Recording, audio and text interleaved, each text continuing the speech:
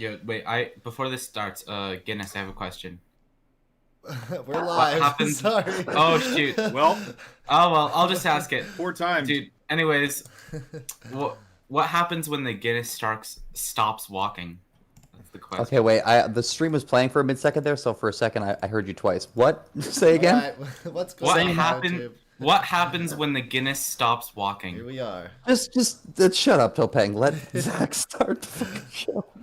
Welcome one and all to BioTalk Live. Today is March 11th, and I am joined by none other than CaptainGeo, Guiness Walker, Yoshiedude, and Topeng is down here as well.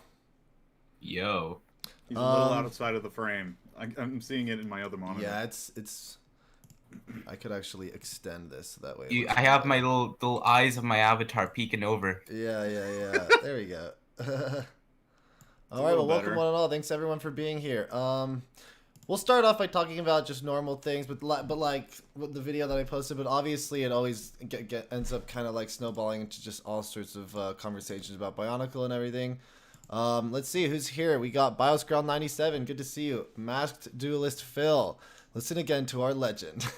Ichen Cosplay, good to see you. I wonder how your Kopaka cosplay is going. It sounded dope. Masked Duelist, who else? DXL Poet, Paraka Avac, good to see you as always.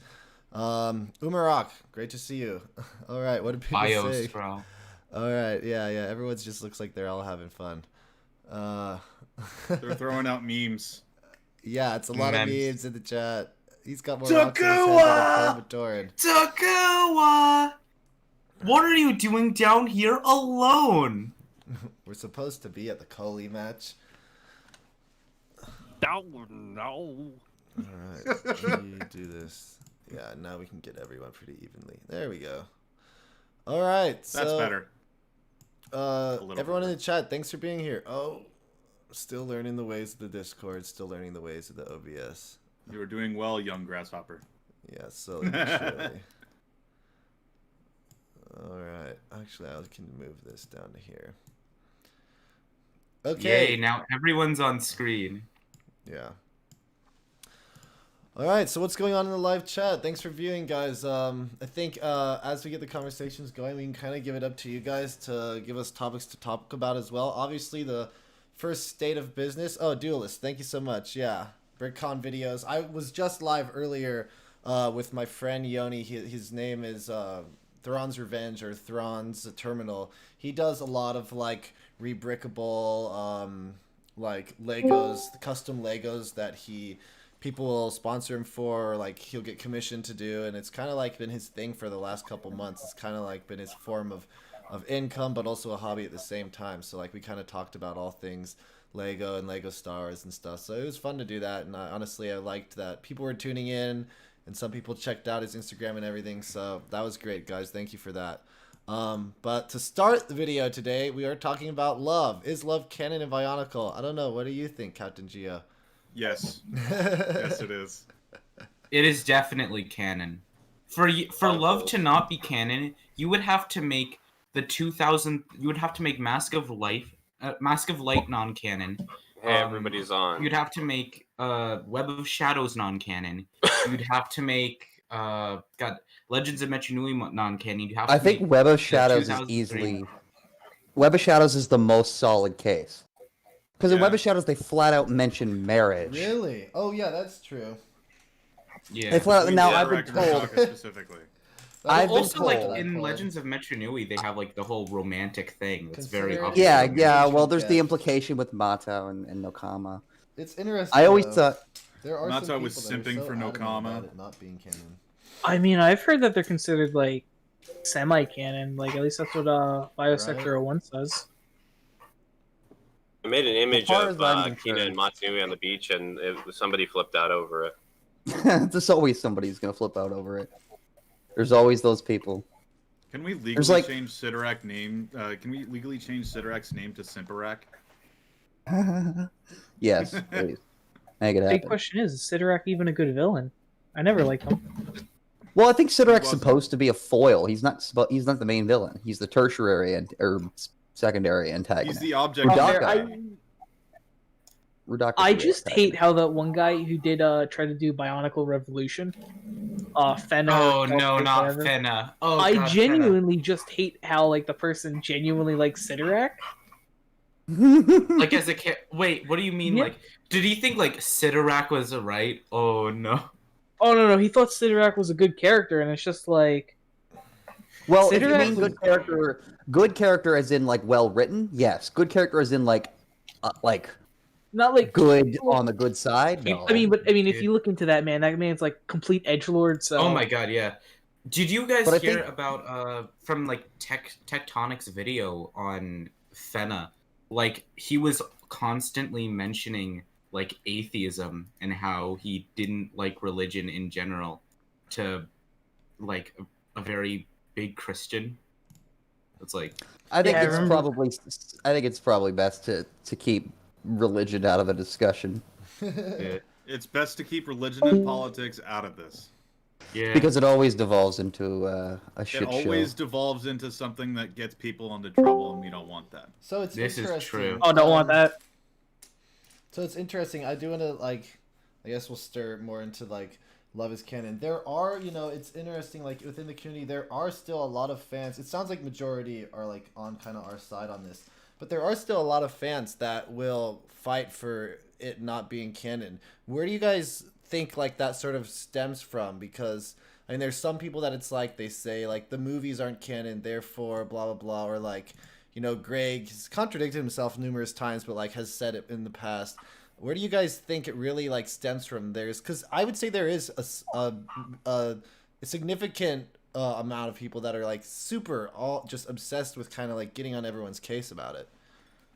Yeah. People who can't deal with other people having opinions that differ from theirs, because I guess, yeah. love is canon is like there's clearly displayed emotions. It's sort of it comes down to a semantics argument at the end of the day on whether or not it's love. But there's no argument to be made whether or not there's emotion. Shut up, phone. Whether there's emotion in the actual scenes. There's clearly emotion. There's clearly affection.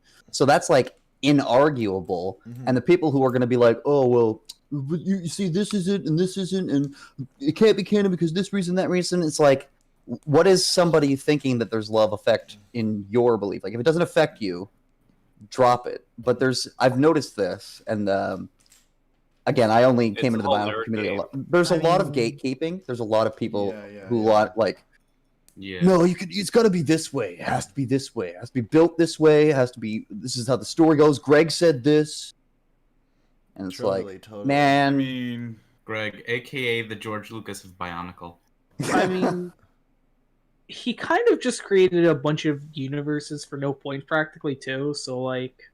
He didn't even create the universe. Like, I think people give... I'm not trying to shit on Greg. No, I'm not talking about like the Bionicle itself universe, but the, when you get into like the kingdom stuff and all that fun, serial story stuff. I mean, yeah, comic books are cool, but like, time and a place. It's all I don't know if you...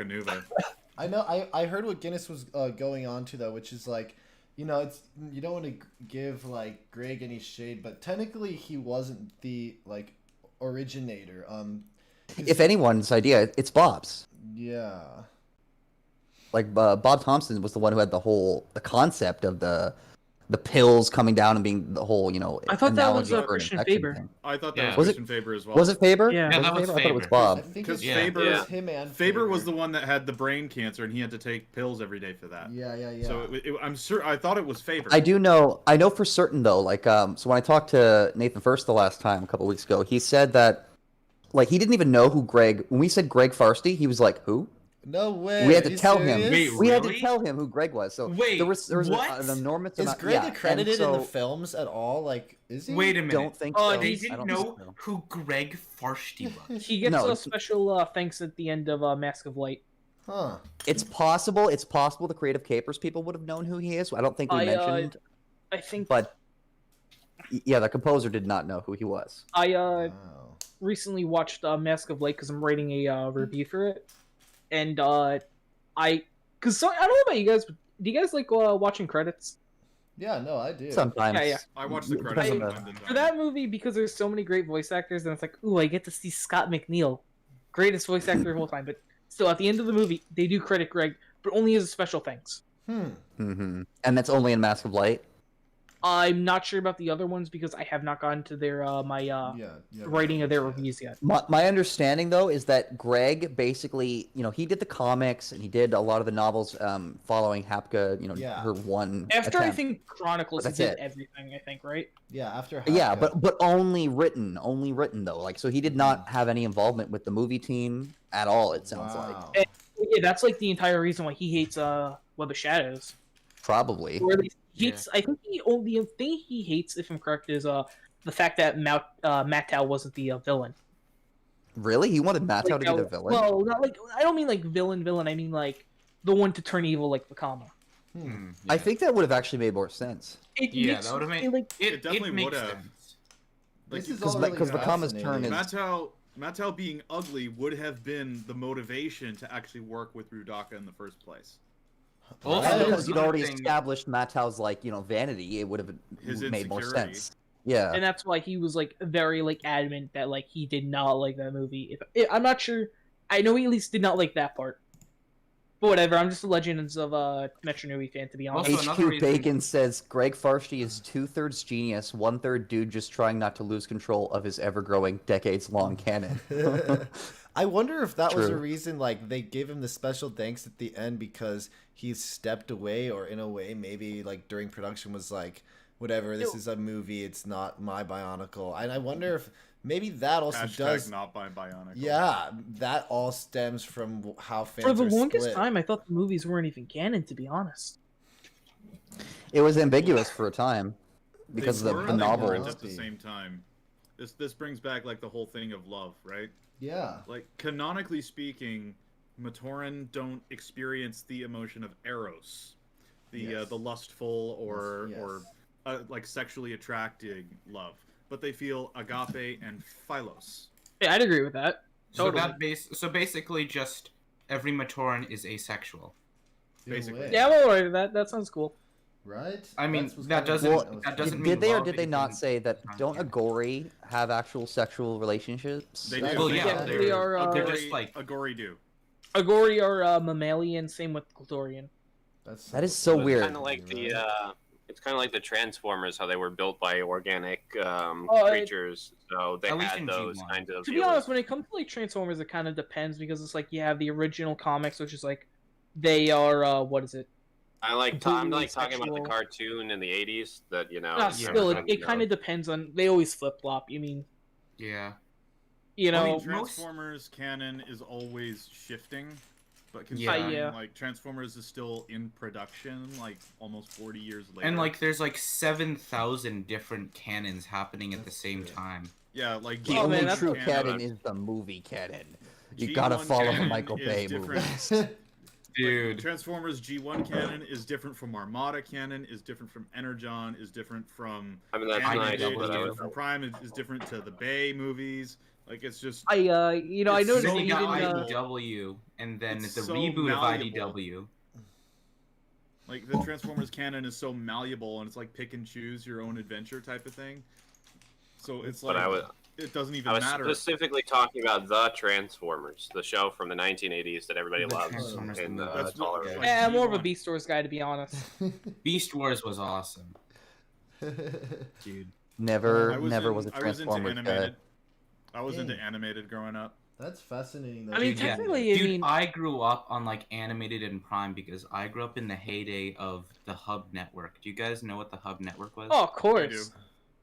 Dude, the Hub Network was awesome. For those of you who don't know what it was basically a joint venture between Discovery Family and Hasbro to make their own it was TV Discovery network. Kids. And Discovery Kids. Did anyone actually watch Discovery Kids? Because I know I watched it.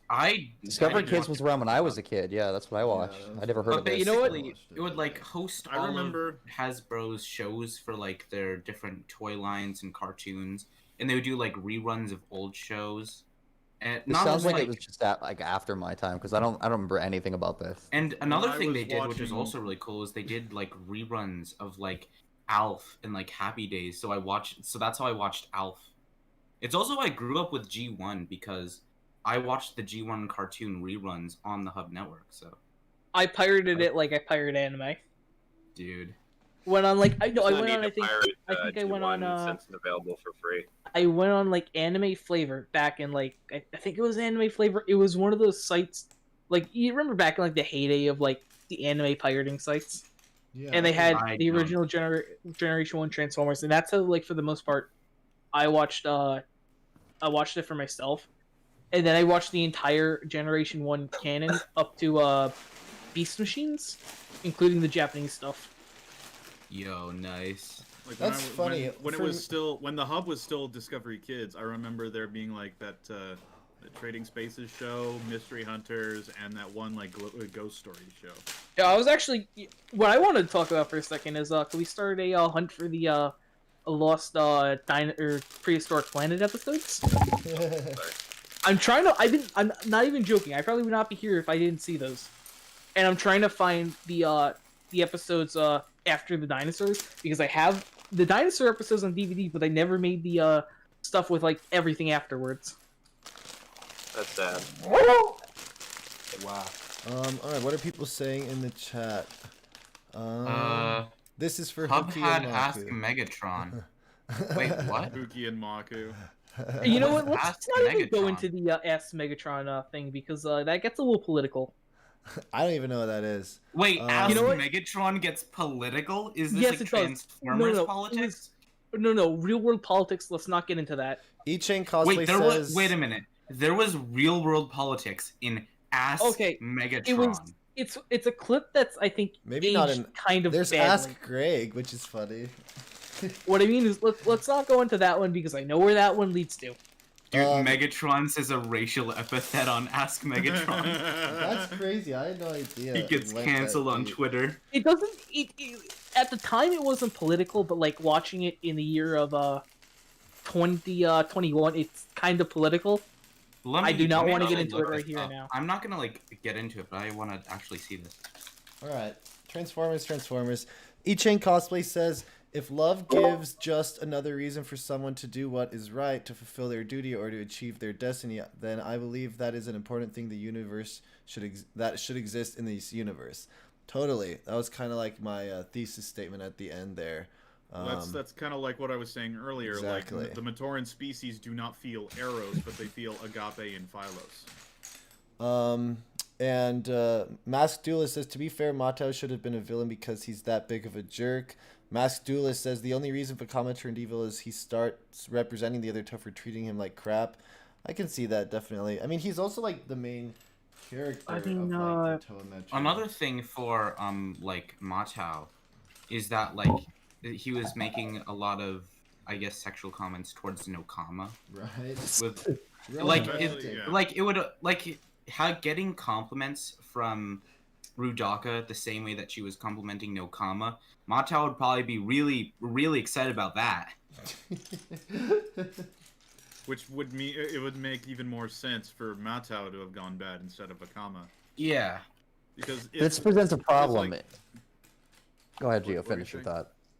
So, it would have made sense for Matau to turn bad because, like, not only is his motivation there, but Rudaka's manipulation would have been a bit more valid.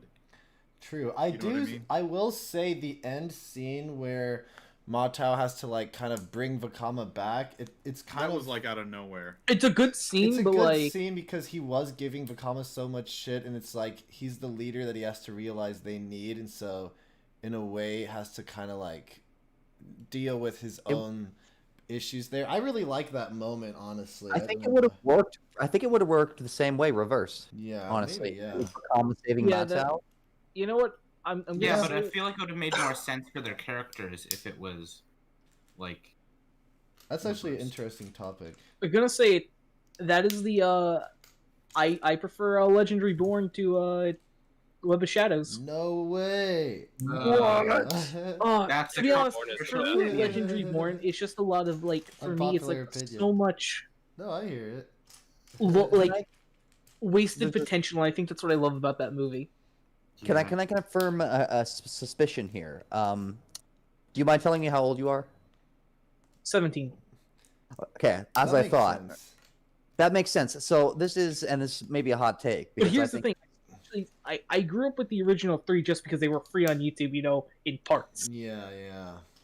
But I No, think all what I'm three of getting them at are is on YouTube entirety. So. nostalgia is always underestimated in how powerful it is as a factor. Mm-hmm. Because as much as I love Bionicle, I would be remiss to say that a huge factor in my continued enjoyment of the stories is the age that I was when I first started consuming them. Right.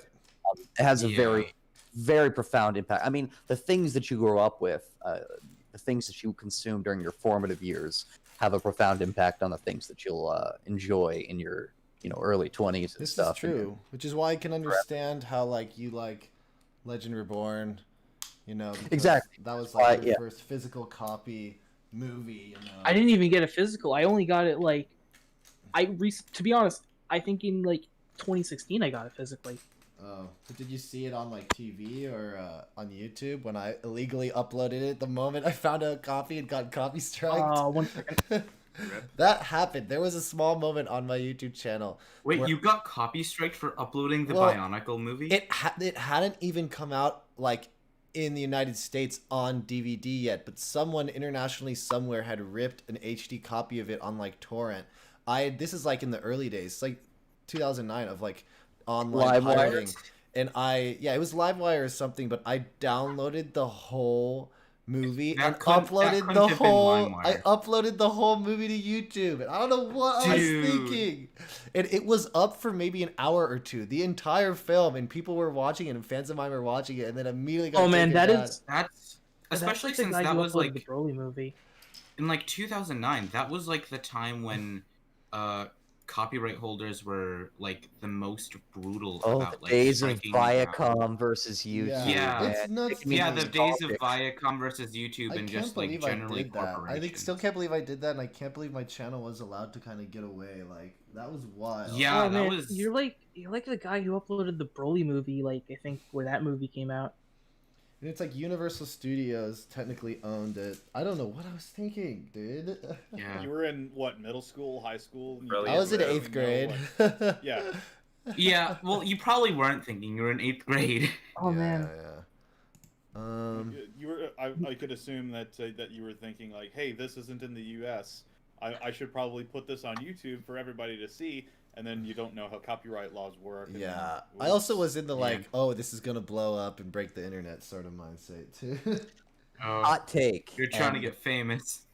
I'm gonna preface this with I and nobody here.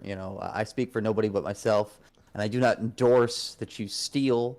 But as a artist myself, whose content is available on a number of paid platforms as well as for free on YouTube. I have been of the opinion and remain of the opinion that content is meant to be experienced, and that pay the people who make the content when and if you can, and if you have the ability to pay them and you don't, then you're shitty. But if you want to experience something and you pirate it, it's not. Especially, I mean, Creative Capers themselves said in not so many words that it doesn't bother them as they appreciate is people enjoying the thing that they make. They would like you to give them money, obviously. Mm-hmm. They don't want to take away their money, but art is meant to be appreciated. And if there's a barrier, if art is not going to be appreciated simply because it can't be afforded, that shouldn't be a barrier. I think Creative Capers also reasoning specifically towards their movies is you can't find them to rent on anywhere online or buy online. It's I think Legend Reborn is the only one. Yeah, because Legend Reborn you can find on YouTube, but you can't find it made by them. As I said, Legend Reborn, it was still being sold in 2015 or 16. Yeah, I'm pretty sure I actually. I was 16 when Legend Reborn. Fun fact about 2016 and Legend Reborn. During that time, I couldn't find a good rip of Legend Reborn on YouTube.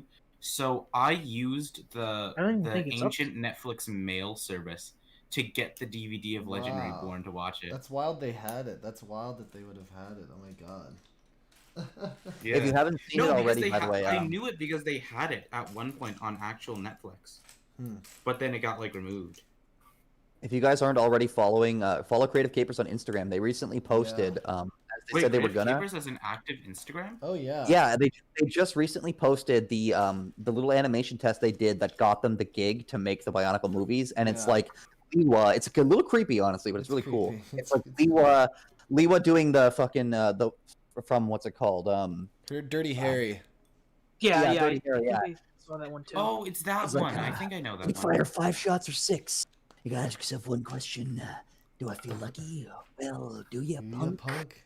And everything. It's pretty weird. Fun fact: I just found out that my senior year, a freshman at my college, I think his dad or his uncle is the director of the Bionicle movies, Molina or whatever. What's his name? David Molina. I had no idea, but like he was on set of my senior thesis film, and like we were kind of close, and like we definitely have a bunch of mutual friends.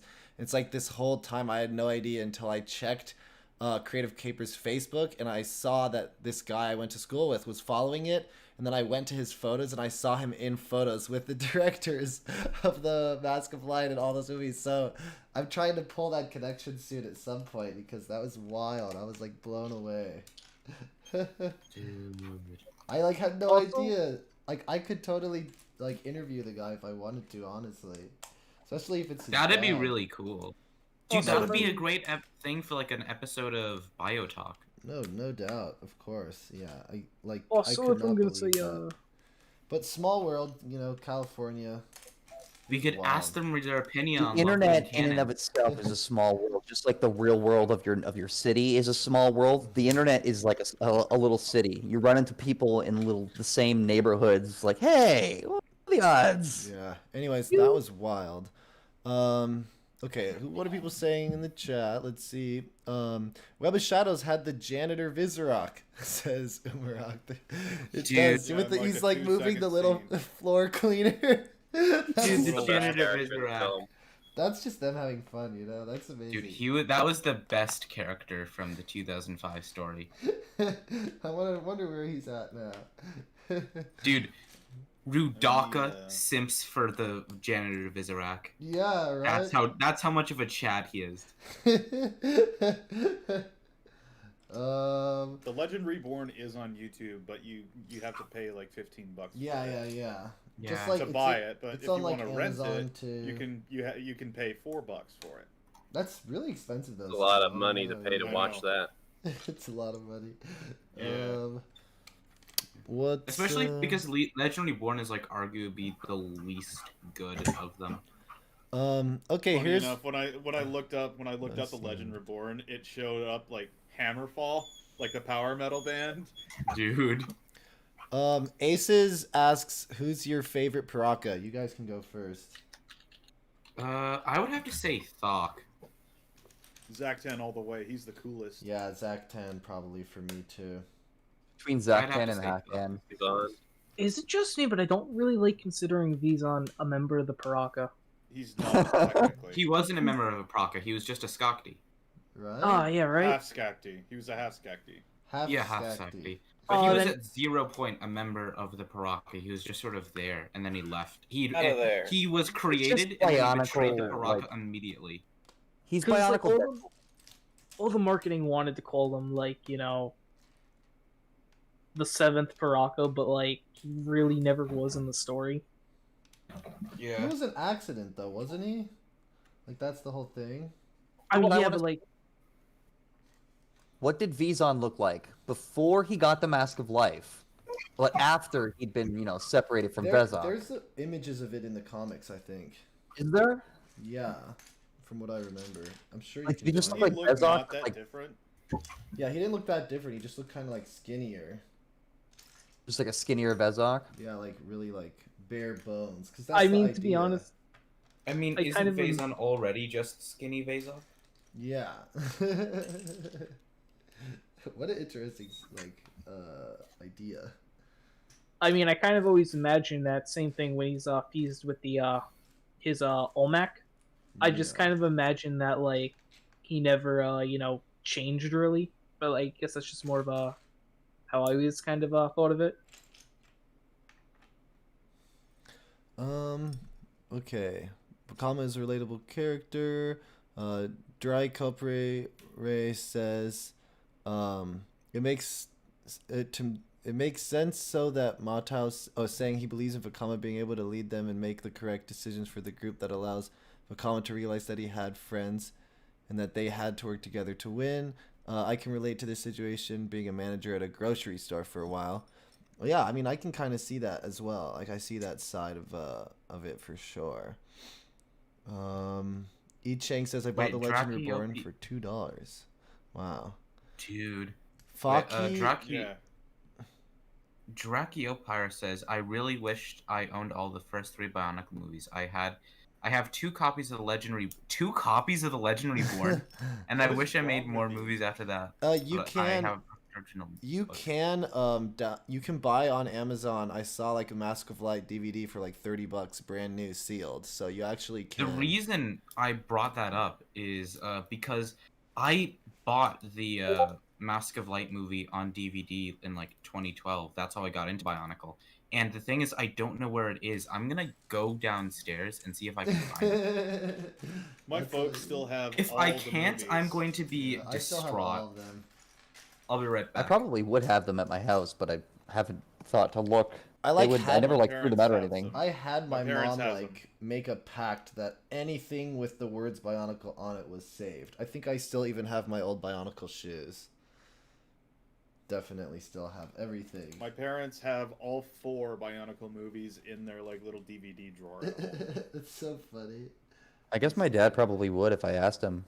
Man, I think I just have the case for Web of Shadows. I have 2 copies of The Legend Reborn and a broken VHS of Mask of Light. 2 copies? Why does everyone have 2 copies of Legend Reborn? I only had 1. I think I had the Blu-ray, if I'm not mistaken. I don't know if I owned it. I think there was a Blu-ray.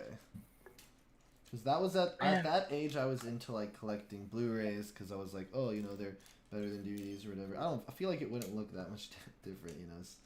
Mass Duelist Phil says, to be fair, Legend Reborn, all the characters look exactly like their toy counterparts. Yeah, I feel like we've talked about this before, yeah. Yeah, it makes sense from a marketing standpoint, but from a lore standpoint, it makes no sense at all. Because Glatorian and Agori are supposed to be organics. Glatorian and Agori are supposed to be like reverse of foreign species. If anything, they should have looked more.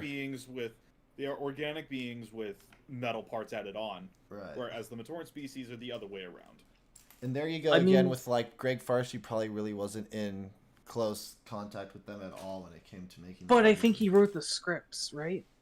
Not for Legend Reborn. I don't think he was involved. I know for a fact he wrote the script. It's too dumbed down to have Greg's touch on it. That's true. He wouldn't have made that. I don't think he would have made that film. The lore. Yeah. I don't think he did any of them. No, if that's what we were saying is he definitely did the what was supposed to be the 5th movie. He like had an idea. He wrote I think a script, but by that point it was too late. Oh really? What a waste. And if I'm correct, it was pretty much going to be the 2010 story, which I'd say The Legend Reborn is still my favorite of the Bionicle films, simply because of the meme material.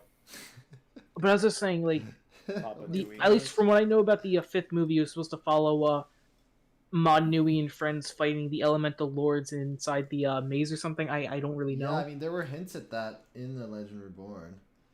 And I guess 2011 was supposed to be, I think, when we got the dinosaurs and stuff. Yeah, it was going to be cool. It was supposed to go on until 2020. So yeah, isn't that wild? Like, that was his whole idea. Bionicle was supposed to span, like, 20 years. Yeah. Which is kind of insane up to plan that for, like, a kid's And Game of Thrones was supposed to have 14 seasons. Yeah. This is true. Yeah. Oh, that's the problem when, like, they cut stuff so short. It happens a lot. Like, well, no, it's the same problem that everything revolves around. Yeah, it's the what is the root of all evil? Money.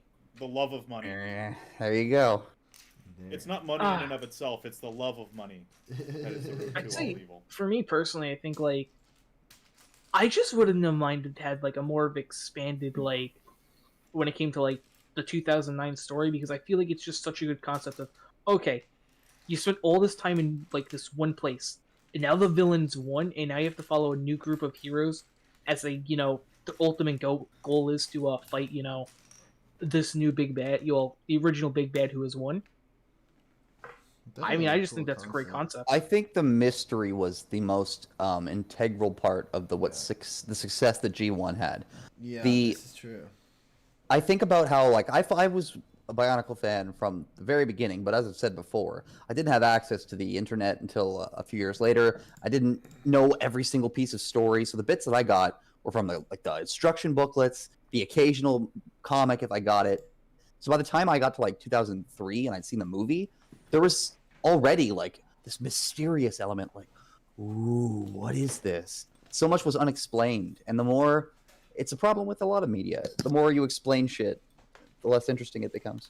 Yeah, I think it was the same situation with me and a lot of other people. It's like, as a kid, I didn't really care about the story that much. I just wanted to play with the toys and make up my own stories, you know? Exactly. Because that's like what most of Lego was all about, right?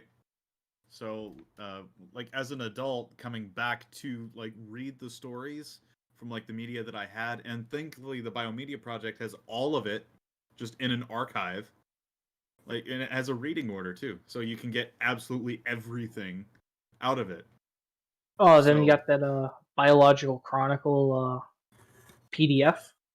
Yeah, and we also have multiple lectures on YouTube just summarizing everything, and it still takes at least an hour to do that. I was on VR chat a few nights ago, and it took me 2 hours just to remember everything that happened in the Bionicle story off the top of my head. Yeah, it's. I always tend to leave out the first half of 2003. Bits. That's what happened. I only know the main story. There's like a million side stories that I'm having to learn through the project that I'm working on. So it's there's an absolute. A lot of the time, you really don't need the Borat call. You don't need 2005. You don't really need 2009 to tell a coherent story. You know. I'd say 2009. If there was more to it, it would have been like. I think what the idea was that was the launch point for like they went deep into the stories and histories and characters of Aquamagna, and I think their plan was with 2009 to now go into the stories and characters of Baramagna and then unify them, but we know how that worked. That's out. What it looked like it was setting up. Because I still think 2009 was a great setup year. The problem is that nobody at Lego wanted to go through with it, and I think by that point, and the sales reflected that too. Because truthfully, I think if they might have kept going on, it might have gotten a little bit better because kids were actually like, I know for a fact, kids at that point, because I was there, were definitely starting to look at 2009. I don't think any kid actually remembered, like at least my age, knew about like 2008. But fresh reboot, all new characters. I think it was good. The problem is I don't think Lego possibly marketed it as good as they did Generation 1. Or they could have... the original... I meant... About the original first 8 years, right? Yeah. Well, first 3 more or less, I'd say. Okay. So... Because I think those were like the golden era of marketing.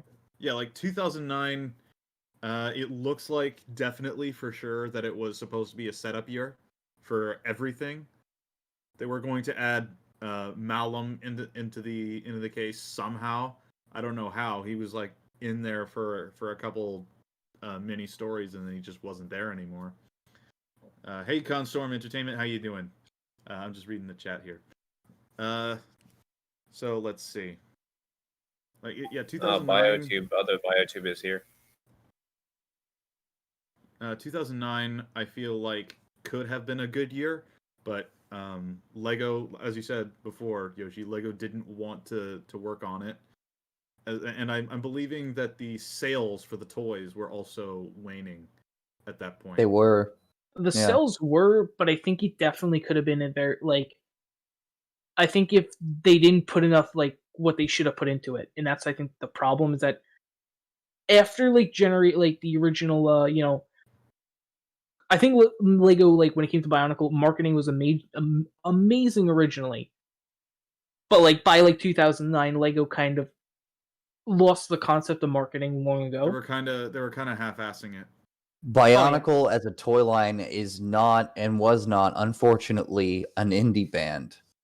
An indie band can give no fucks and release an album after album of whatever they wanted to make bringing it back to the art analogy. But a toy line telling an epic story has to, at the end of the day, sell toys.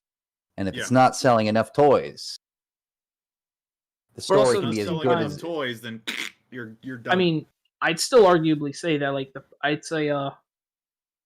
the problem was that I think Lego became too financially stable at the same time, and I think that's also why they tried to stay away from Bionicle. They didn't need it anymore. Bionicle was. Yeah, I didn't get into Bionicle until 2010 when I got a whole bucket of Bionicle parts, and that's practically where my entire collection sprang from, me rebuilding old sets and stuff. And so, for me, I remember, truthfully, 2009, I was super nostalgic. I'm super nostalgic for Power Miners.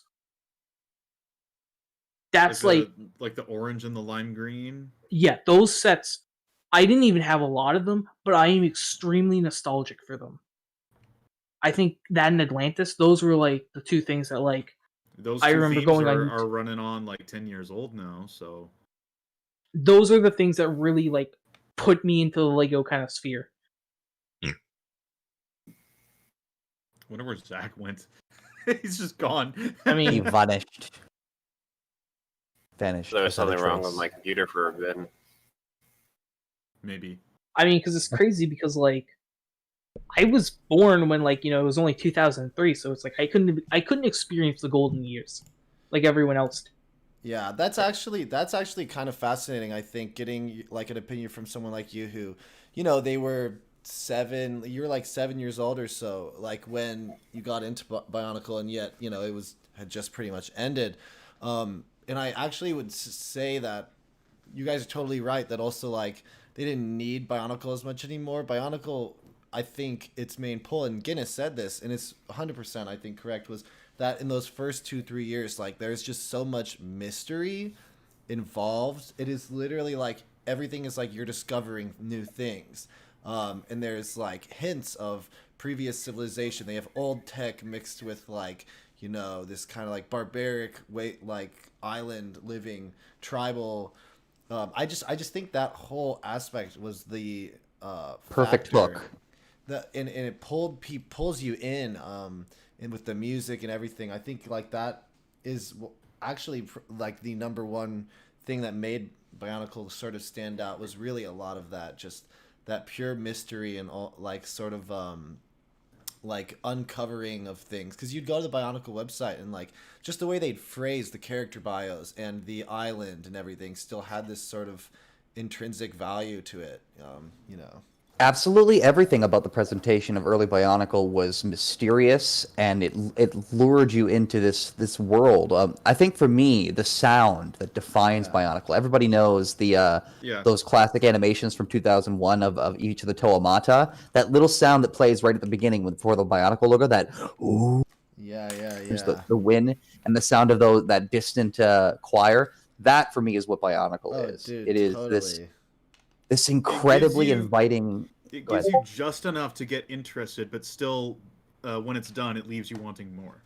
Yeah, so cool. And I think the thing that, not to take away from it, but the thing that slowly lost my interest with Bionicle, because I kind of fell out and then came back, and I've tried to learn the whole story as it goes now as an adult. But I think as the years went on, not only as I grew up, but as more and more was explained, and I knew and I understood more and more about the world, the less I cared, because now I understood.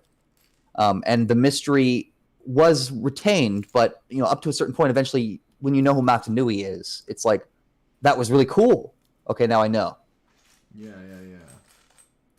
You know what I mean? Oh, totally. I agree. I mean, that also brings up another point of mine when it comes to 2009. I also like the idea that possibly it was going to focus on more of a set amount of characters.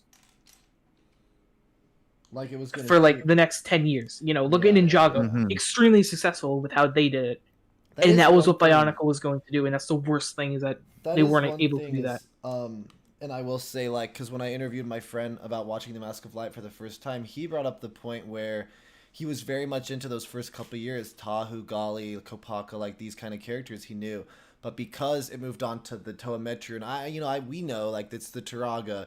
He wasn't reading all the comics, and then like it goes to the Anika. We know they're the Matoran from Machinui Online Game and a couple of the other materials. But for like very much casual fans, one of the problems I think is that the characters and villains would change every 2 years, every couple years.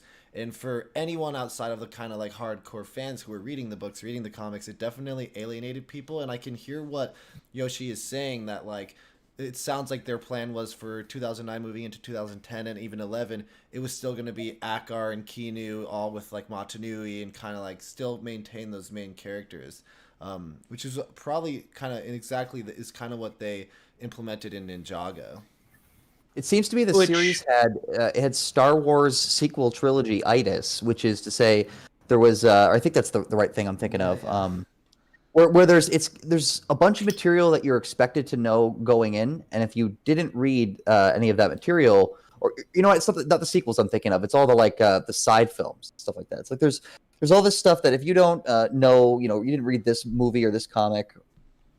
It's not Star Wars. I'm thinking of Halo. I'm thinking of Halo. Halo 5. I don't know why I was thinking of Star Wars.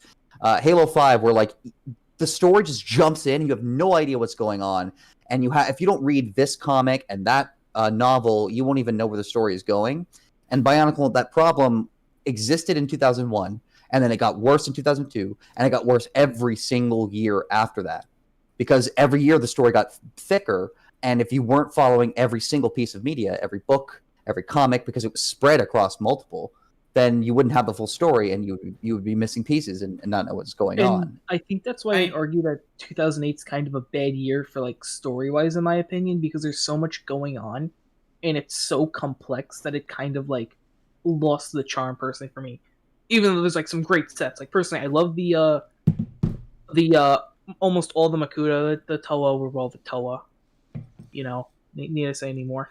Well, my thing about that with like the story thing is it can be pretty complicated, but like the movies for those 3 movies, they helped like simplify things, so that all these like you didn't have to read 79 different serials to get like the basic story, and you could just sort of like if you just saw like 2000, like Legend of Metru Nui, Mask of Light, and Web of Shadows, you got a pretty okay idea of what was happening. Yeah, yet there was there were little bits, a bunch of mystery involved. In fact, it was perfect. It was perfect because the movies would leave you with just enough missing that you still had to fill in gaps. But the thing is, like, as the movies went away at exactly the wrong time, because that's when the story started getting more complex, and it needed something like the movies to simplify things 100%. A little bit. Yeah, absolutely. MCU, you know what? Like when the Bionicle movies stopped, the MCU was just getting started. Right. That's true. Yeah.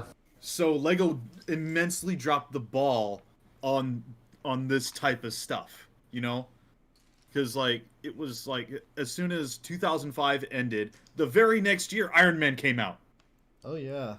I think Topeng really solidified in my head just now that the movies served as a thread that kept, because like there's no coincidence, or it is no coincidence that I had the most of my sets from 2003, 4, and 5. Yeah. It's no coincidence, because that was the year of the story that I didn't have to go and read it. Like there would be all this extra stuff that if I wanted to, I could go and dig deeper and find extra mystery. But I didn't have to. I could just watch the movie and get the main story. And then 2006 rolls around, and I played the video game, and that gave me a weird understanding of the story. And I was like, is this the story? And I had to go look into it, and I got little bits and pieces, and it was still scattered. And then 2007 happens, and there was no game, no movie, and I just was like, I don't have Lego Magazine anymore. That's why I continue to think that Lego seriously dropped the ball on the movie stuff. Because like as soon as the Bionicle movies stopped, the MCU was getting started up, and I think Lego would have made so much money if they just kept making movies once a year. Yeah, and like imagine me were going out of their way. I would because I was just so hardcore about it, and I knew Bionicle novels were around, I was going to my local Barnes and Noble, Borders, wherever you would go, and I was going and making sure, like, every week when I was going to, like, the mall next door, I would be checking the shelves for the next Bionicle book and always picking them up. That was really, for me, what did it, especially post, like, 2004, was getting those novels, because that was where everything was. You know, outside of the novels, even the comics barely touched anything. The games definitely didn't, you know? I mean, everyone's different. Everyone's going to want to have a different medium to get the story. Right. Most people like to read books. That's perfectly fine. But unlike you, like, I was one of the kids that, like, I wanted movies every year. And I was sad that we didn't get a movie for like 2006, 2007. It was dumbfounding back then as a kid because like, we didn't know where it went. That reminds me of something that's like really strange when you think about it. So Bionicle was originally developed more as to get kind of, you know, more wild kids, right? At least I think that's what's in Brick by Brick. You know, more kids that, you know, because let's be honest, the kids who played with Lego were probably like, you know, nerds back then, right? Oh yeah. They're not, you know. Yeah. But like Bionicle was supposed to capture kind of, you know, it was the kids weird, like it was like the weirder aspect too. It was like the sort of like, you know, because Lego, it's still very human. Bionicle was created almost in a way to really like garner to but as I said, audience that was very. If I'm correct, Bionicle was focus tested for kids that were, you know, wild and stuff. I don't know. Why I've never heard that. Yeah, I've never heard that. Yeah, if I'm correct, they even coined the term the Bionicle child. That's so funny though. That's like really fascinating. The Bionicle child. And so if I'm correct, McTootie, the Bionic Man. And so yeah. And so when you really think about it, why would a wild kid read books? Yeah. No, I was. Yeah, that doesn't make any sense. I guess I was into everything. You know what? You just kind of had that's one of the reasons that another. Oh, never mind. No, you can go. Well, I think the multiple medium formats was a way to reach out to all kinds of kids, to reach out to kids like Zach, to reach out to kids like Yoshi, to reach out to kids like Geo and me.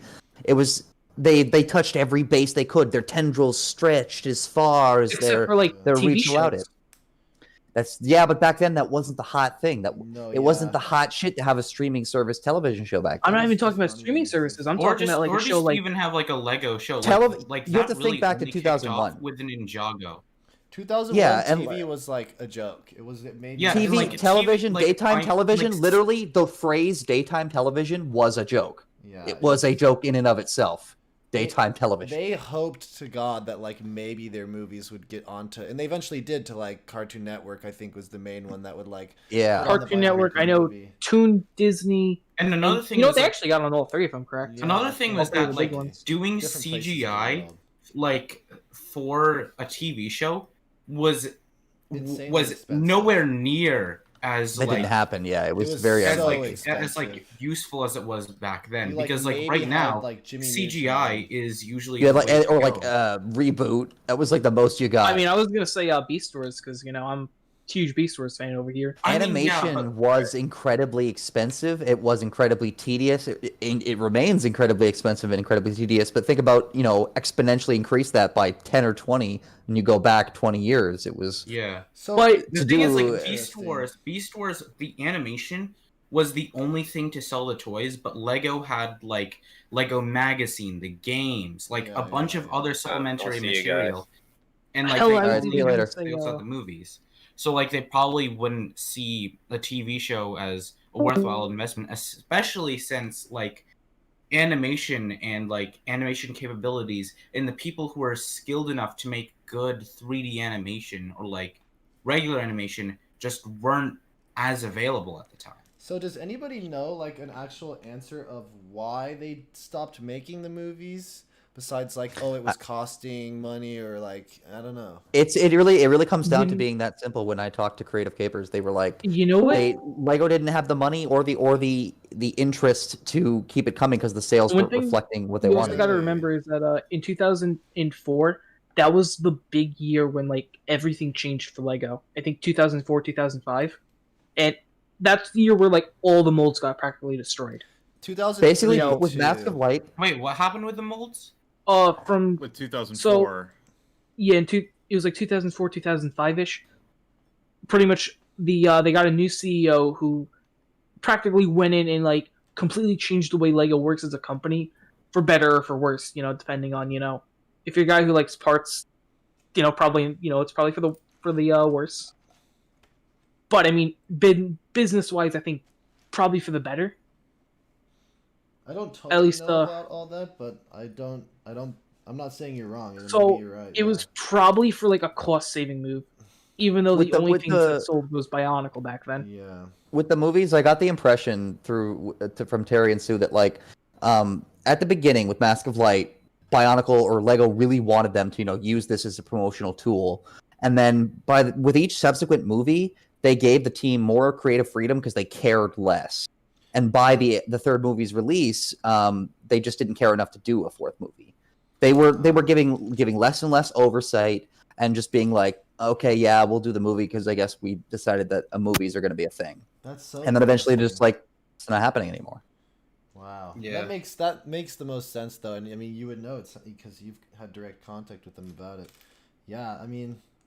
And they probably didn't see like too much of a reason to do movies for another few years, since 2006, 2007, 2008 were some of like Lego's like Bionicle's like best-selling years. Yeah. By the way, I'm gonna shill it one more time because it's everybody's dream. If you haven't already, follow Creative Capers because there's another chance to meet them. They're gonna be doing something new. Follow Nathan first as well, because last time we talked to them, they said they're gonna be doing like another launch. With this time, more people are gonna be open to it. So if you follow the thing and click the things, you might get in and get a chance to meet the directors of the Bionicle movie. So. I just want to become a millionaire and then toss money their way and say, make 2006, 2007, 2008. We'll do it under the table. That's what we need. Them and we'll deal with the lawsuit from Lego later. We need to find the richest Bionicle fan. We need to find them, and we need to basically, like, short of threaten their life. We need to be like, listen, it's happening, okay? Or even better. Go on Toonami at one point. Constar, turn up your mic a little bit. We're having trouble hearing you. I'm currently on my phone right now, so I don't know if that's an option. Oh, that's okay. I can kind of hear you.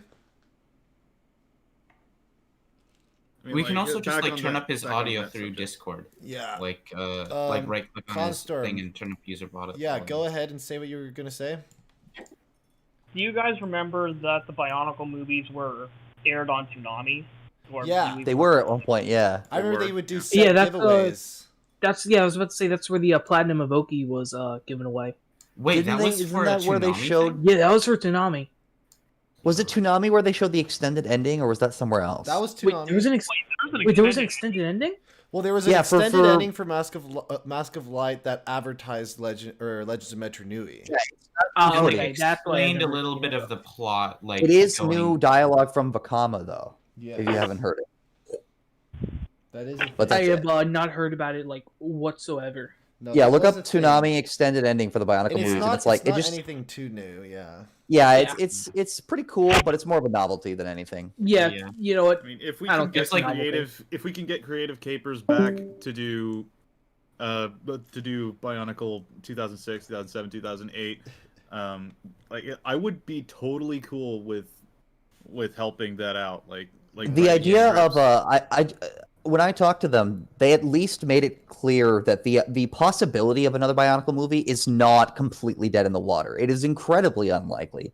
However, maybe they showed they have an interest in the IP personally. Yeah. Outside of because they're a creative team, they've done a ton of stuff. If you go to their YouTube channel, there's a reason that Rudaka is on their little banner. They have a love for all the things that they make, and Bionicle especially. And they didn't even know. They literally didn't know about how big the Bionicle fandom was until this year. Yeah. And I think of all the things that we can say COVID gave us, one of the good things is COVID made fucking the Shakespeares aware of the Bionicle fandom, and Nathan First aware of the Bionicle fandom. I also think the 20th anniversary of the that in general too. Also definitely helped. It's been reviving interest, and maybe we should at least consider the possibility of a Kickstarter for Bionicle 4. Yeah, that was actually let's what get I was it started. say. Chat, get it started. something I was gonna say was, since Lego is most likely not gonna do a lot of Bionicle stuff past like this 20th and this 90th anniversary set, if it were to happen, something that we could do is we could just sort of say, hey, Lego, we are going to, the people who made the other Bionicle movies, they were going to do this thing, not for profit, just entirely on our own. Could we do it like through a Kickstarter? Could you just give us the the ability to use the IP? Technically, could we use the Apple program on Fricklink? No, I mean look, for legality's sake. Lego has had a history of basically a silent policy of, as long as you don't misrepresent our brand, we will quietly say nothing.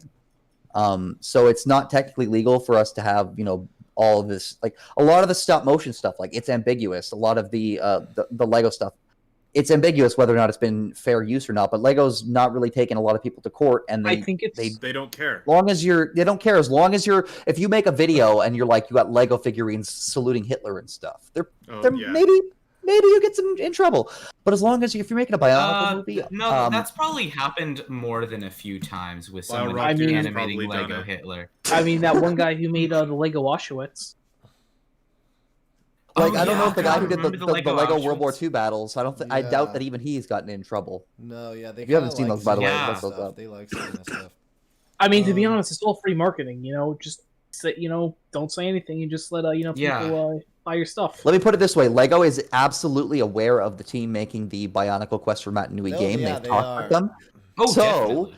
If they are aware of them, they're absolutely aware of smaller teams. They were able to connect.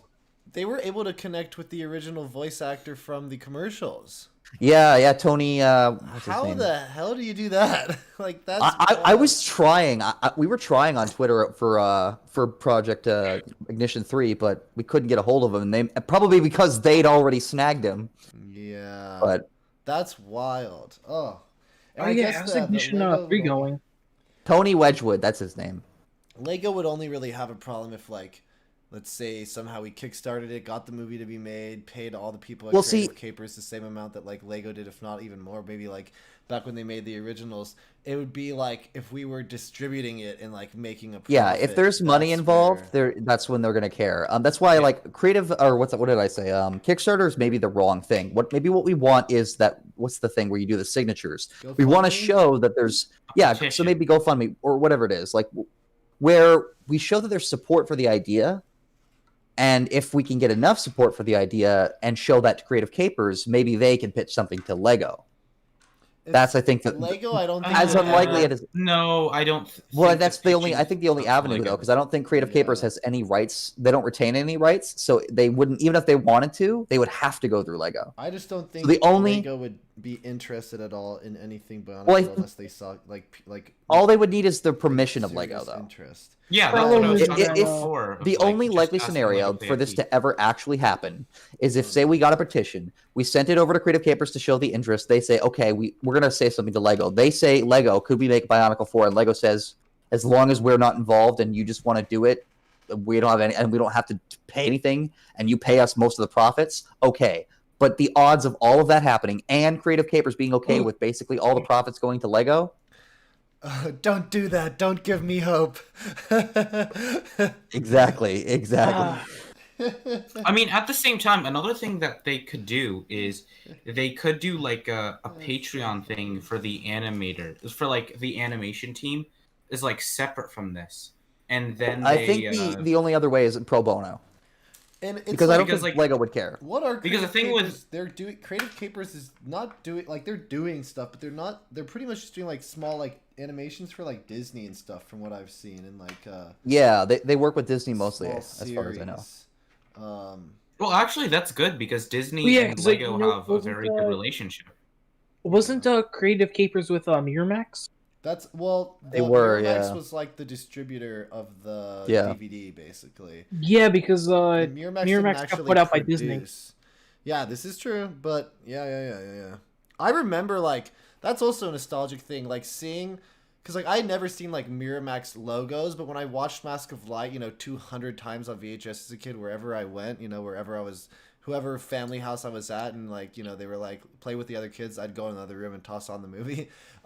Seeing that opening logo of Miramax with like the drums in the background, like. After that, going forward, every other film I've seen, like in film school or whatever, or like after that, my friends like that are like normal movies by Miramax, I always think of Bionicle when I see the Miramax logo. Like, for me, it's just ingrained in my head.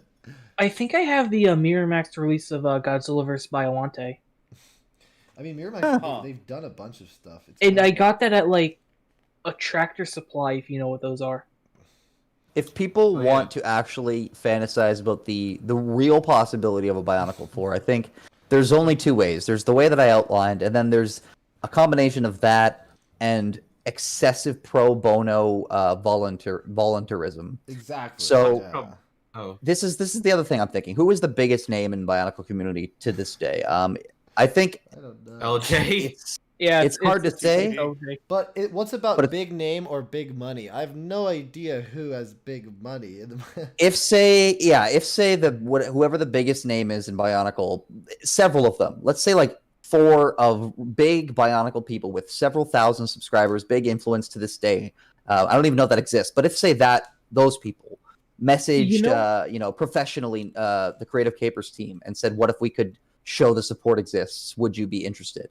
That is like the only way. It'd be so. Or maybe actually, technically, what if we did it because we're working on a Bionicle? Well, like I said, pro bono voluntarism. We would need to tell them that okay, we have a bunch of people who would be willing to help without being paid. But here's the problem: as soon as a single penny is involved, anybody who is paid or not paid will also need to be notified, and like their legal names will need to be included in the project. So anybody will need to be their people will need to dox themselves, and lots of people are not comfortable with showing their faces or saying their names. And that it doesn't matter how small. If say Creative Capers decided to release an official product and that they're going to have lists on public places and sell in public places, everybody who's involved and needs to be credited is going to have like you. They're not going to credit you as TopengProductions. They're going to credit you under your legal name. No, they have to.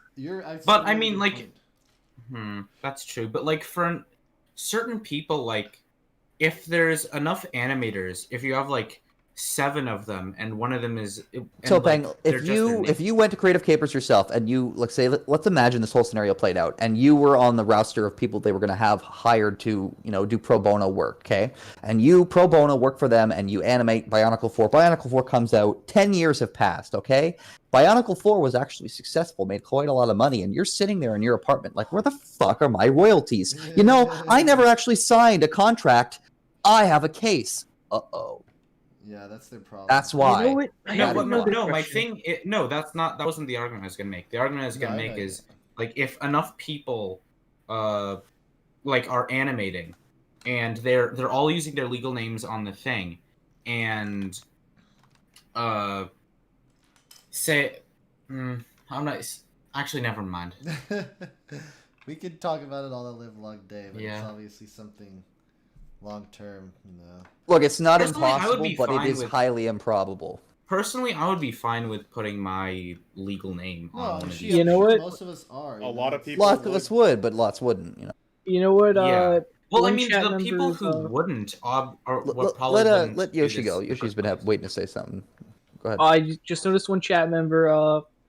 Pretty much right. Lego is kind of Nintendo. At least I believe they are the Nintendo of the toy industry at this point. It's pretty good app. It's pretty apt, yeah. I mean, I've been saying that for about a couple months now. I don't know. I guess Bionicle is Metroid, Star Fox, F-Zero. The list goes on. I would have to say the opposite. I'd have to say Lego is the Sega instead of the Nintendo. No, Lego's too successful to be the Sega of the video of the. Not saying that they aren't successful. I mean, what I mean is in Lego like in the aspect. I mean in the aspect of like communicating with the community and like how they deal with their community. Okay. Because like maybe because they like for the most part leave people alone if they're doing just random Bionicle or I think Lego that products maybe, in but I general. think that Sega's And probably like that sometimes because they have to be like that because and Sega. sometimes another thing that Lego and Sega have in common is that like Purple Boy. they bring people Purple on Boy's here. for just like people from the community if their work is good enough to do stuff like with Lego ideas, for instance.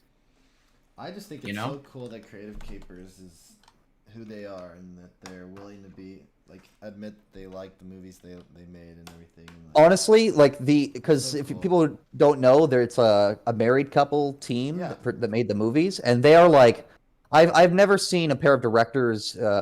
They obviously, this isn't a slight at them, but they're obviously operating at a level below the Hollywood big picture in terms of their movies they direct. But I think that actually works in the benefit of the fact that it's like how there's more passion in the indie music scene, generally speaking.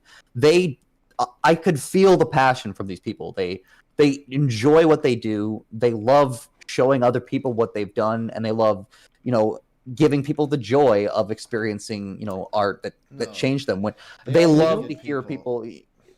Everybody as an artist wants validation, and I can speak as an artist. Everybody loves validation, and as far as like knowing and having gone to school with David Molina's son, their whole relationship and everything I've seen, like they all just seem like a really cool. Just great people, really, really cool people. Like they're not sleazy, they're not super greedy. They just love the thing that they do. Now I got another question. What if they were the people that made the Mario Brothers movie instead? So wait, is that true? That has the Mario Brothers movie been greenlit? Because I heard there was a new one that's been greenlit. Yes, it has. I know that's happening. Hasn't like a Mario movie? Yes, we're not talking about Bob Hoskins. We're not talking about the Bob Hoskins. I was talking about that one because that was made by a couple too, and Baraka. Oh, that was a nightmare. Yeah, that couple. Those two were terrible. The story about the Mario movie's production was like one of the. I think it's Bob Hoskins said it was the worst movie he ever worked on. The Mario movie. Both him and John Leguizamo have also said that. Terrible. Yeah, John Leguizamo said that too. I think. Yeah, everyone said that was like the worst movie. They would never do it again. Nutty. There was like times when this cast wanted water, and literally the directors wouldn't give the cast water. Yeah, so they drank. Why? That's stupid. That's like The Room. Yeah, and they would film in this super hot area, so it was like even worse. Oh, they filmed in a. That's just basically The Room. That's literally the production of The Room. Factory. It would be interesting. I think the story that I've heard, the stories I've heard of the production of the Mario movie would make for a good documentary, similar to how The Room made for a good documentary style story with. I would love to see the part where the person the director just pours piping hot coffee on a person. Yeah, that's man. Coffee. He poured hot coffee all over me. Let's take a moment from the chat. Does anyone have a conversation starter or a question or anything they've ever thought? I think we have 16 people right now in the chat. What time is it? 6:30. All right, it's still pretty early. This has been pretty nutty conversation so far, honestly. A lot of my mind being blown. DXL here's Poet one. Says good to get some younger input, I guess. They haven't made a movie since. Yeah. No, there was. They got canceled. Purple Boy said, "I've come to realize that yo is the only acceptable greeting for biotards like us." Yo. Yeah, that sounds about right. Yo, Baraka. Yeah, I just say yo, and it's not connected to Bionicle, and now I can only think about Bionicle now that whenever I say yo to someone to like introduce. Actually, like, yes, hi. Purple Boy, read Geo's fanfic. Actually, Geo, let me plug you so you don't plug yourself. It looks less flamboyant that way. Pretentious. Yeah, there you go. CaptainGeo actually has a very, very good story. What he does is he actually has a soundtrack to it, so it's written like a screenplay, really cool. And there's like music cues, and you play this track as the scene starts. And honestly, he freaks me out sometimes. He does an incredible job because he'll line up the scenes sometimes. It's not always perfect, but a lot of the times it'll be like, play this track, starts playing, I start reading, and then the track ends right as the scene ends, or like as the music gets intense, the scene gets intense, and I'm like, what the hell? This is crazy. Yeah, it's pretty. But definitely check it out. If Zach's cool with it, maybe you can put a link in the description. It's Links called in the description Darkness Falls. below. Links down in the doobly-doo. Links down in the description to my Patreon, my Twitter, to my MySpace page. I agree. I haven't finished it, but I agree. It's pretty nuts. It's a cool idea. I mean, I've worked with, tons of screenwriters that do a lot of the same stuff. It's kind of a good way to, it's a great way to kind of like give people an idea of what you're going for when they're reading, to also know kind of the emotional like feelings that they should be feeling, the things they'd be hearing while it's going on. I'm not much of a fanfic writer myself, but I do find that fanfic is a very good avenue, it seems, from what I've read, for a lot of writers and creative types to get into the that kind of stuff in general, because it allows them, they already have a framework for what kind of story they want to tell. And then, now I'm not saying every fanfic not only writer that, but they also have a great writer, an audience to appeal to. The number one rule about like writing to begin with is write what you know, write what you're passionate about. Write what you know and what you it's like it'd be hard to start writing about. And like with my fanfic personally, like I'm a big fan of horror writings. So like I loved Stephen King, H.P. Lovecraft, and the works, right? So I tried to gather that into my fan fiction. That's basically become because like how Greg was kind of dabbling with body horror in 2008. Yeah, with Trent Crom, with Trent Crom and Icarax devolving and changing back into an organic life form, being crushed to death in his own armor.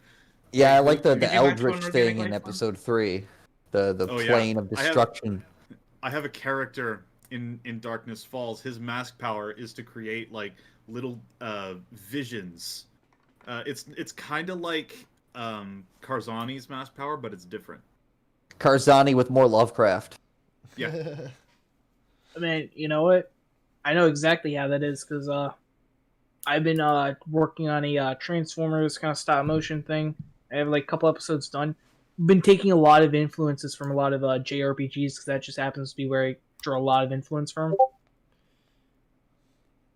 And ever since watching like some of the newer horror movies that came out these last few years, like if you haven't gotten a chance to yet, please watch The Color Out of Space. It is fantastic. And Nicolas Cage's performance is fantastic. I cannot wait for the Dunwich Horror, like at all. I cannot wait for that friggin' movie, man. The people behind those movies, they need to get they need to get back to it. Now that the pandemic is basically over, they can get back into it. E Chang says, "Gathered friends is the ultimate greeting." It's pretty good. Purple Boy says, "Any of you wrote any Bionicle fanfic?" I actually wrote 2. We were just talking about it. I wrote a fanfic when I was in like 4th or 5th grade. That was just like from Tahu's perspective, like waking up on the island and walking around.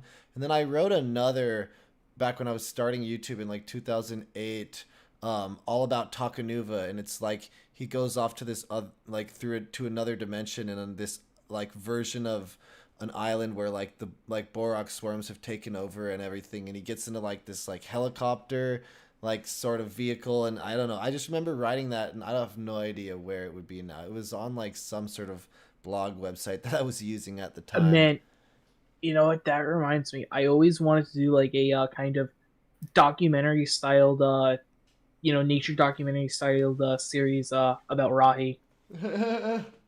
That's something I was thinking of doing for like one of my mock things. Was like a nature style documentary, like a little stop motion to. Like I was thinking about doing like a full 6-episode series, like Walking with Dinosaurs. I know I was gonna call it Walking with Rahi. That's still on the table. I would watch. And it's like prompts that look like in the terms of parts. Have you not made one? Just dump a bunch of red parts on the floor. You know what? I think CCBS would be the best thing to use for Trent Crom. Just like, if you see pictures of what Trent Crom looks like, he looks a lot like Yog-Sothoth from the Dunwich Horror. He does. He definitely has Eldritch God vibes. Yog-Sothoth. I mean, I think CCBS is such a contrasting thing. It would make him look great. Personally, I'm glad that they never made a set of Trent Crom, because I think there's a reason that all of the depictions of Yog-Sothoth or Cthulhu or anything like that are ambiguous and not by Lovecraft. All the pictures you see of that, none of that is from Lovecraft. That's other people.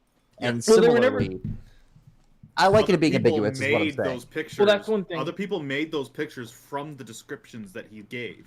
And Yeah, I but he think never the only- painted a picture. The of them, only though. like Yeah. the only like picture that H.P. Lovecraft made of Cthulhu was the little like idol that the cultists did. That's the only picture that Lovecraft actually drew for a book like that. And I think it serves the story, like in Lovecraft's case, it serves it better because it remains more ambiguous. And again, like we were saying with Bionicle, a mystery.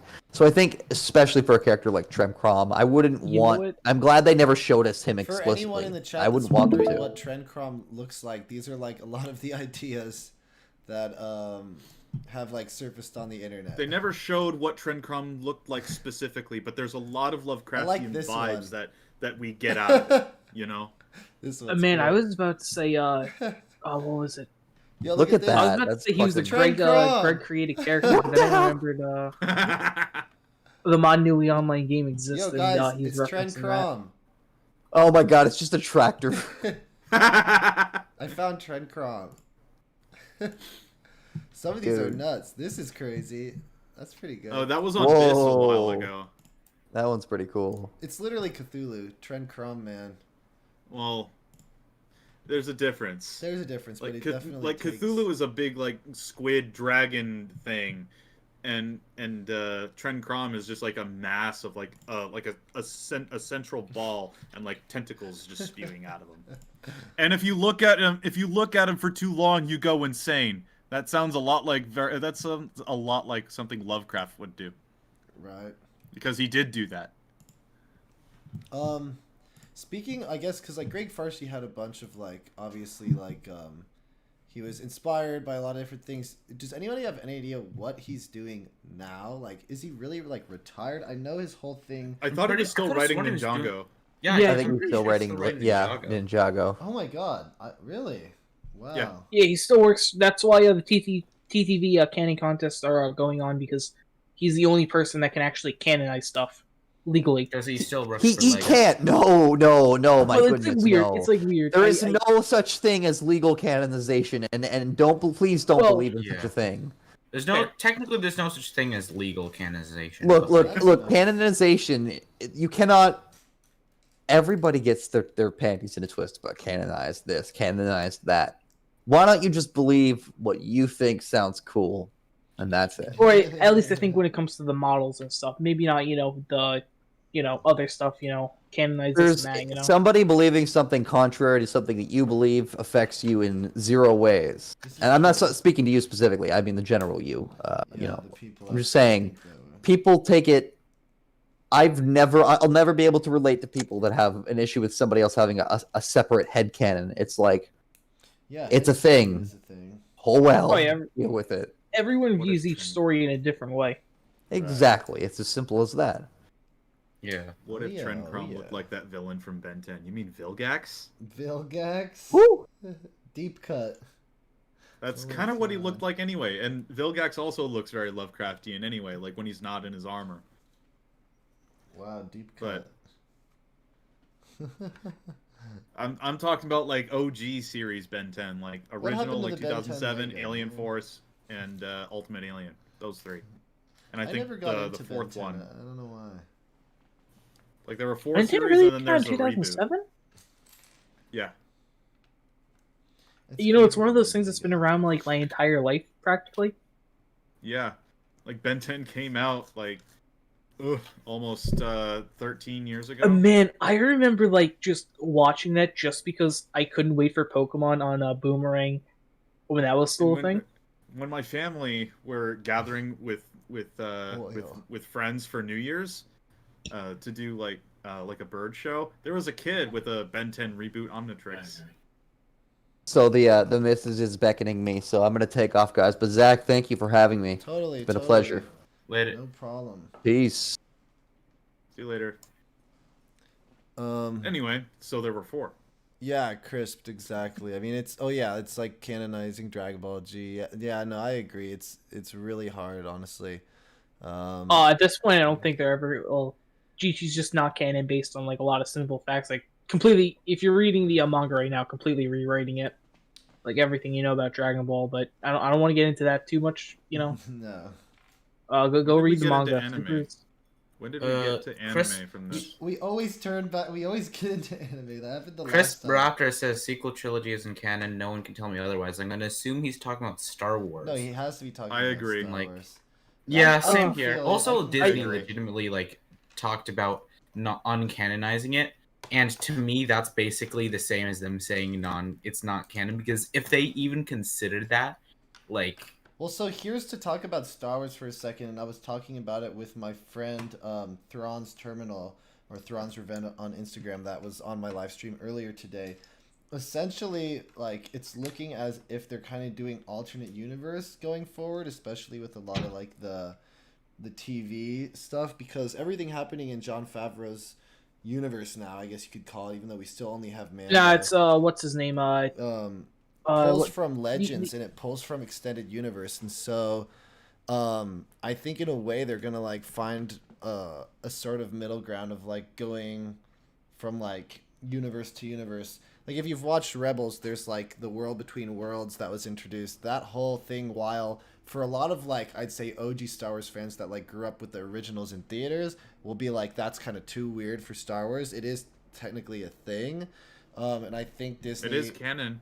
To include everyone, I think that Disney's trying to essentially do this whole like almost multiverse thing with Star Wars, and fortunately or unfortunately, depending on how you see it, because of like the reaction to the sequels and everything. I think even Disney themselves, you know, talk what you want about Last Jedi, they still say like they enjoy the movie, they like the movie. I think Disney does admit that they really did screw up a lot with Rise of Skywalker. There's like no question there. I feel like people that work there are literally aware of the fact, like that worked in the movie. I mean, I saw that movie. I didn't even pay for the movie, and I still felt ripped off.